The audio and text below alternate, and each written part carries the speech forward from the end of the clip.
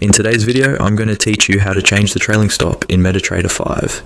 If you've already set a trailing stop on an open trade and want to adjust it, the process is very quick. Changing the trailing stop simply means updating the distance that MetaTrader 5 will use to follow price as the market moves in your favor. This can be useful if you want to give the trade more room to breathe, or if you want to tighten your risk management as price develops.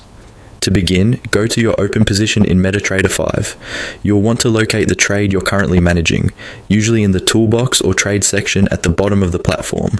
Once you find the position, right-click on it again to open the context menu. This is the same menu where you can access several trade management options, including stop loss, take profit, and trailing stop settings. After the menu appears, move your cursor over the trailing stop option. Don't click too quickly here, because hovering over it will open another menu that shows the available trailing stop distances. These distances represent how far away, in points, the stop will trail behind the current market price once the trade is moving in profit. From that list, select a different distance from the one you chose before.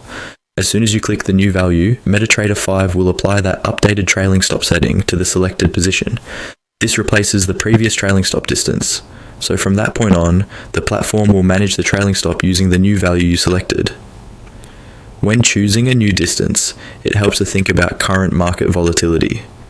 A smaller distance may lock in profits more aggressively, but it can also stop you out sooner if the market is moving unevenly. A larger distance gives the trade more space, which can be helpful in fast or choppy conditions, but it also means the stop will sit farther away from price. That's all you need to do to change the trailing stop in MetaTrader 5.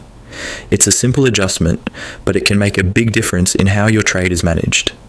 If you're actively monitoring your positions, updating the trailing stop distance when conditions change can help keep your strategy alive.